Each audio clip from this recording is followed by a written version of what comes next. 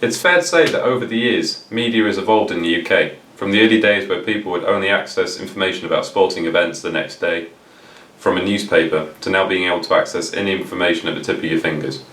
According to Coppet in 1999, the first sporting event to be broadcasted in the UK was a rugby union radio broadcast between England and Wales, and the first televised broadcast, being 10 years after, were on the 16th of September 1937, the BBC showed a friendly football match between Arsenal first team and their reserve team. One of the sports that's had a major transformation in the way that the sport has been broadcasted is basketball. The first basketball game televised was in the 1940s, where Fordham University played against Pittsburgh University at Madison Square Gardens. Despite this, the broadcast of the NBA didn't really take off until the NBA merged with the rival competitor, the ABA, in 1976. And from that, the rest is history, with the NBA Finals starting to regularly show teams, especially like the Boston Celtics and LA Lakers, who were a dominant force at the time, who gave two teams national recognition due to their increased media coverage. Despite this, the athletes themselves didn't get anywhere near the amount of recognition that they do currently, and anywhere near the same amount of freedom that the athletes have now, until Michael Jordan. In 1985, the Air Jordan 1 was released to the public. Despite these shoes being banned in the NBA, for the first time the public could buy merchandise from a star basketball player, which helped Michael Jordan grow not just as an athlete but also as a brand.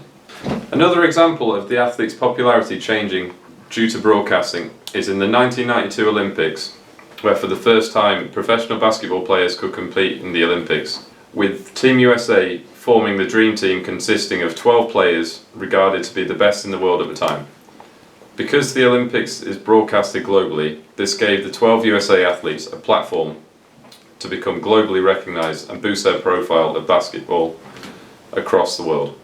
As technology has improved, so has the accessibility of sport broadcasting, with one example being that the British Basketball League live streams all their games for free on YouTube, with a live comment section so that fans can watch their team from anywhere in the world and discuss their opinions with fellow fans.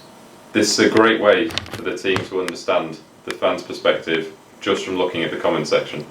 Despite this, in the past month at the time of this recording, Daryl Morey, the general manager of the Houston Rockets, sent out a controversial tweet supporting the freedom of Hong Kong from China. Once this tweet was sent, both the Chinese government and population, to name a few, were not impressed with this tweet, and the tweet was shortly deleted after. Due to sport broadcasting evolving over time, the use of social media means that content is now on a one-to-many basis, allowing for discussion, opinions, and also comments, which forms a sense of community. If comments like these were made in the 1940s, for example, then there wouldn't be as much publicity due to a less effective platform of people expressing their message. Back then, people might hear about it up to a week later, and regardless of what the public felt about it, the newspaper didn't offer any room for feedback, working on a one-to-many basis. But now people find out about this in seconds and have the right to express their opinion in return.